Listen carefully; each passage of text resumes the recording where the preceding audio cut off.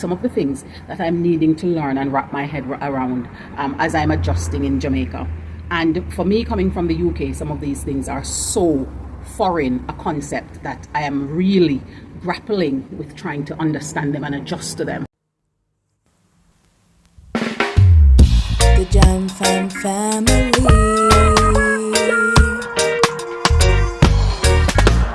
Jam Fam, come hang with me. Yeah. Hello, Wagwan, big up yourself for the idea yard or idea abroad. Welcome back to another episode of Life with the Jam Fams. Now, on this episode, I wanted to have a conversation about some of the things that I'm needing to learn and wrap my head around as I'm adjusting in Jamaica. And for me, coming from the UK, some of these things are so foreign a concept that I am really grappling with trying to understand them and adjust to them. And I don't know if it's commonplace in the USA or Canada. So those of you who are watching from there, tell us in the comments below if these are experiences you also have, or if, like myself, they're also a foreign concept to you. So I'm going to just talk about a few areas. And the first one I'm going to be talking about is JPS. Now, in terms of the JPS issue, it's not about power cuts. We rarely get those. And if we do, it's for no extended period of time. And I understand that it's very possible for us to get those things because our cables are run above ground. And so different things can cause problems. What I find hard to believe and to understand is the fact that you have to go without electricity for 72 hours before you can file some sort of complaint or request some sort of compensation for the inconvenience that they have put you through in that time period. And for example, when we had the hurricane the other day, there is a payment on our electricity bill that we pay each month, which from my understanding is payment that we, the customers, the consumer, pay into the electricity disaster fund in Jamaica, which covers disasters. And even in the Hurricane Beryl scenario, JPS draw down a significant amount of that fund. Yet for many of us who had things that were spoiled because of how long it took to restore our energy to us, in my situation, in my area where I am, we went for about 9 days without electricity. I lost about 30,000 Jamaican dollars worth of things. And when I put in my requisition, I was told that they will process it and get back to me. A month and a half later, I got a letter to say that they are not liable for it. Now, the damage is caused because of lack of energy. We, the customer, are paying the insurance for disasters into the fund. And the additional amount of money that we don't pay comes from the interest. It's a significant fund at the moment. It sits at about 50 million US dollars. And JPS can draw down that money whenever it needs to put up to repair light wires and different things that gets damaged through the hurricane. But the customers who face damage gets nothing. But the customers are the people who are paying for the fund. And it amazes me that we, the consumer, the customer on the end, are the ones who are having to be liable for these expenditures. Now, the next scenario that I wanted to highlight is the NWC. And so the other day I realized that after the recent tropical storm that we have, Raphael, that we didn't have any water supply and we were simply using our backup water. And I decided after about 2 weeks or so, I think it was, and I decided that I was going to go and check out what the matter was. And I will put a video here just to show you the situation, because I was so gobsmacked that I had to record my experience on the day, and I will put it here so you can see what my experience was when I went there to check it out. So I just had to go to NWC in the background behind me. We haven't been having water supply since we had Tropical Storm Raphael, and I was here wondering why.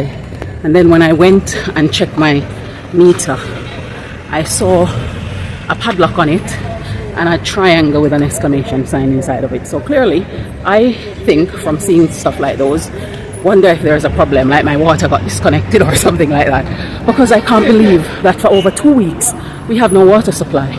And I haven't had any information about it, but I've received the bill recently. And so, of course, I killed 2 birds with the same stone. I paid the bill at the same time whilst I was there waiting.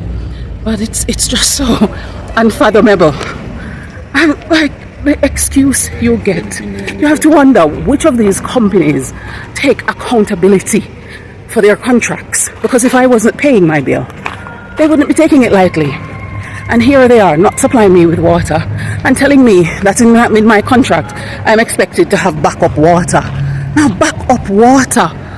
Wow! And of course, I have backup water, but that's not the issue. I'm having to be using pump to get enough pressure to be able to do my laundry and get enough pressure out of the water pipe to do different things. And I could have been, so much of my day could have been spent more productively if only they took the initiative to inform people, because I wasn't informed of it. I had no idea for over 2 weeks. It's when I decided, I need to get to the bottom of what's happening, that I took up the initiative to go there and query. Because yesterday I was trying to contact them using the other means we have. And of course I wasn't getting anywhere. And the reality is that they are now telling me that the problem is JPS, who haven't provided them with the mechanism to be able to pump the water. So of course they push the responsibility off to somebody else. Yeah, so the responsibility is, as their customer, I should have my own backup water, and as the provider of the water, it's another company's fault why they are not supplying it. The level of lack of accountability is just beyond comprehension, really. And I'm just hoping that it will be restored soon. At least the customer service person made some calls and got me some relevant information, so I know what's happening. We might have some idea. Hopefully it will be restored soon. Fortunately, I now have an idea as to what the problem is with the water supply. So now I can have a little bit more peace of mind. It's just things like this people don't understand. If you know a little bit of what's happening, it gives you a better chance to make decisions or to understand and be able to, see where they're at. But it's when they don't show you any due care. You have to be thinking, or any regard to let you know. You have to be thinking what's happening here. But it goes to show again that yet again, the customer on the end is expected to pick up the shortfall from these companies.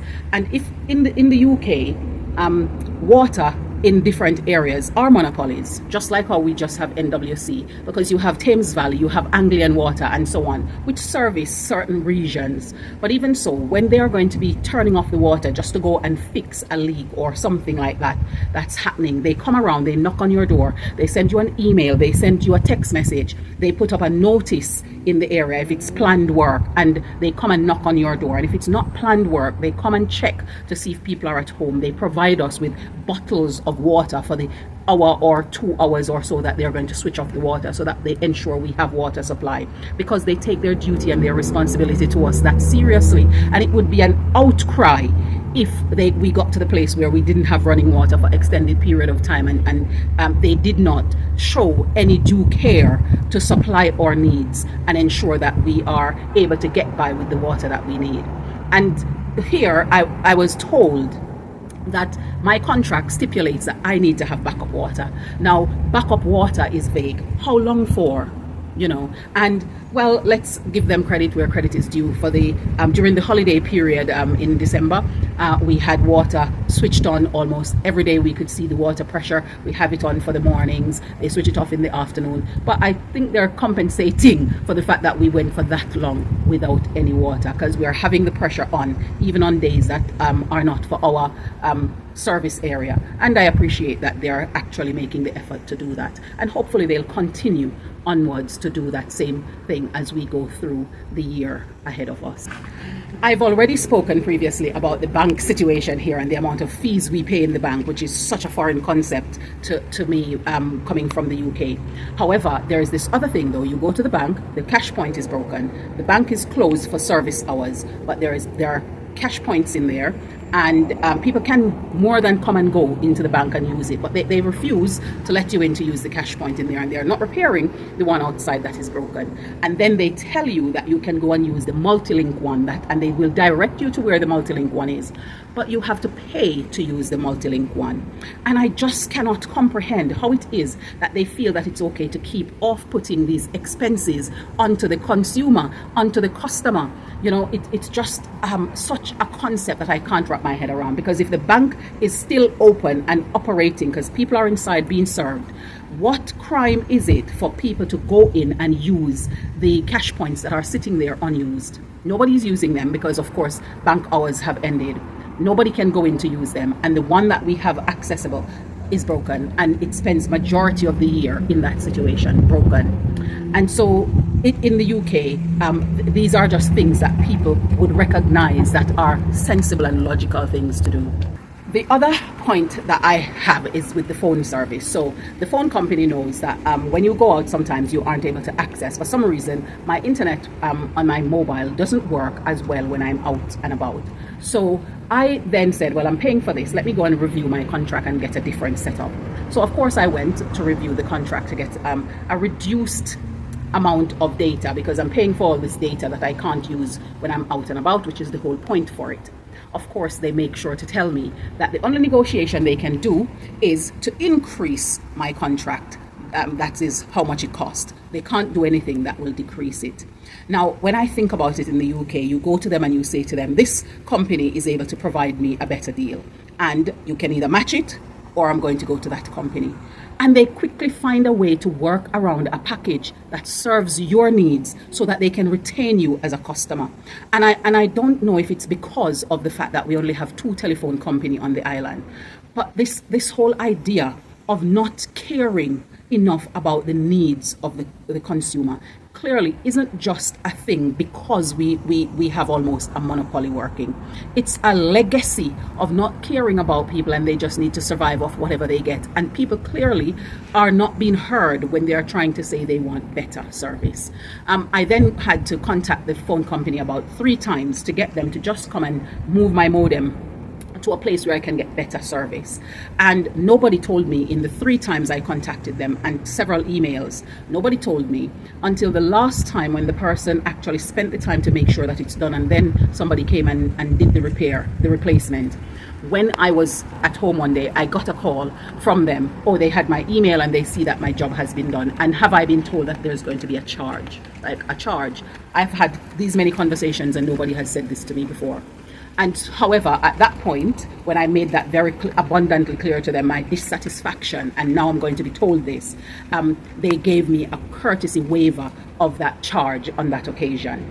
And so on that occasion, they took liability. However, majority of the time, people are having to be liable for things that the companies would be liable for in the UK. And you just have to think, when are they going to come to the realization that they need to do better by their customers? They need to show more duty of care. Now, the other scenario is when you go out to spend your money for change. Now, certain coins in Jamaica aren't in circulation. So the lowest ones are the dollar, $1. And you go out, and first of all, when they're supposed to give you your change, they prefer to shortchange you. So long as it's in coins, they choose to round or truncate. So they truncate so that you don't get your extra change, and they will round it up when it's the shop is supposed to get the money up. And so I keep thinking, why are people like this? So today I went out, for example, and I had to get something on the way back, and they didn't want to, the person somehow forgot to give me my change and close the till. So I had to say, well, you haven't given me my change. So once the next customer came, they gave me my change and shortchanged me $2. And it's not about the money, it's about the principle here. So already I am being at a disadvantage because the rest of my change has now been truncated so that the supermarket can get the additional money.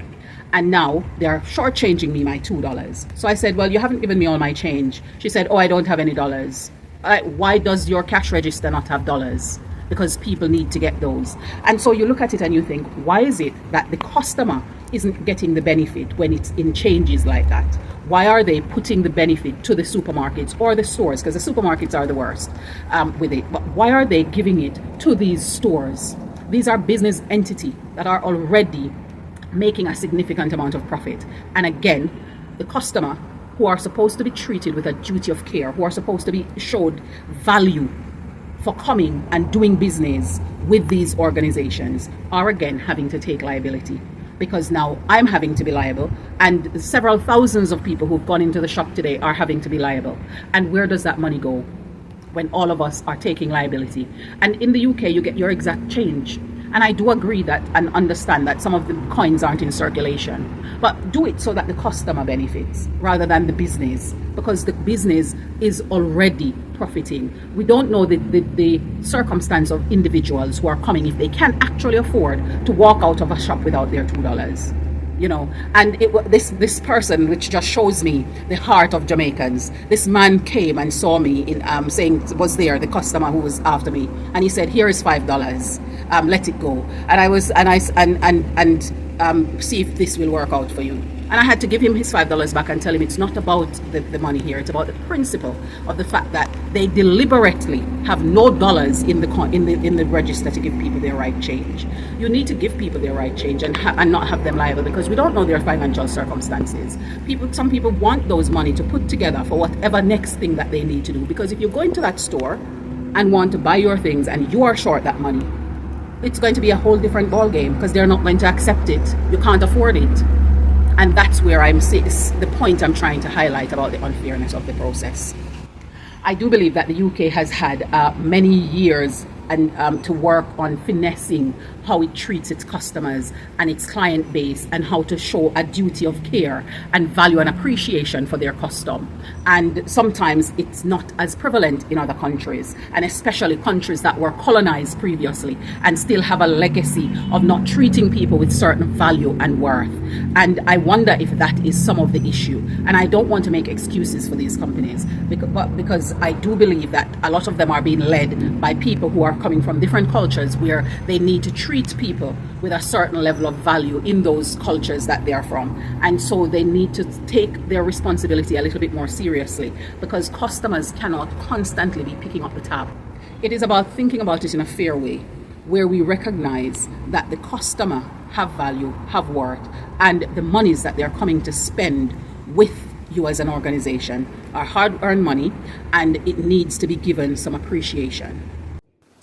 My family in the UK has informed me of the snow blizzard that is moving across the country, and from some of the footage I've seen since, I've realized that Canada and the US are facing a similar situation. And for those people who are able to work remotely, or children who are off school because of closure, I pray that you're enjoying some snow fun or cozying up to some warm beverage. And for those people who are fundamental to the continuing movement and turning over of the country, I pray that your journeys are safe. And I pray that you are all able to be in a position where you can keep warm as you push through this blizzard. And we're sending you some lovely Jamaican sunshine love at this moment in time as you're going through this blizzard. Found this strange lady in our house, and I wanted to see who she was. Hello, ma'am. New hair goes. Yeah, you did say you're going to have a new hair, and now, Jam Fam Tribe, here is the new hair. Let's see a twirl. When we were doing the curl, what did you say? It's an old people style. And now how do you feel? It looks good. And you don't want to comb the curls out, do you? But the curls need to be combed out. What do you think? It's fine, I'll curl them back. Because you have to wrap it. You like your new look? Awesome. I'm glad you like it. Thank you.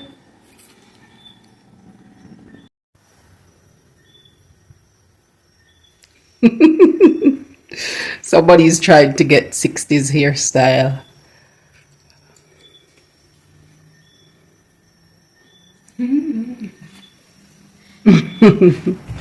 It bounces. Yep.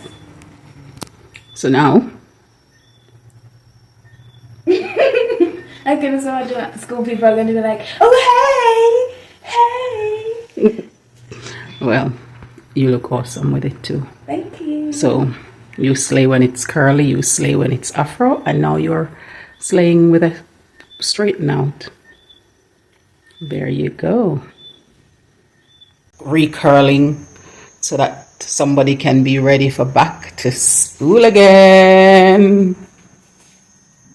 Side eye.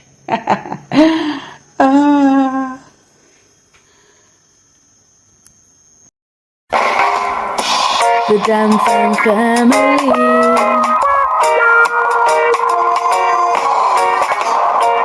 Where Irie living the good life. We're royal, cruising through the West Indies, having fun, enjoying the good life. Jam Fam family, the Jam Fam family, yeah. Jam Fam, come hang with me.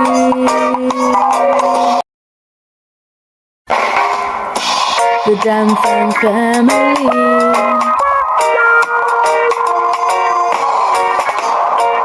Where Irie living the good life. We're royal, cruising through the West Indies, having fun, enjoying the good life. Jam Fam family, the Jam Fam family, yeah. Jam Fam, come hang with me.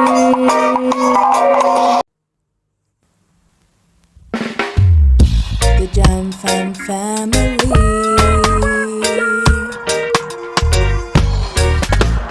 Jam Fam, come hang with me.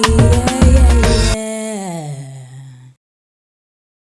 And if you have these similar scenarios where you feel like as a consumer or as a customer, you are constantly needing to take liability, picking up the tab instead of the organizations that are doing a disservice to you in the packages and that they're providing you, or the failure to keep up their end of the contract that you have with them, tell us in the comment below. We would like to hear about your experiences.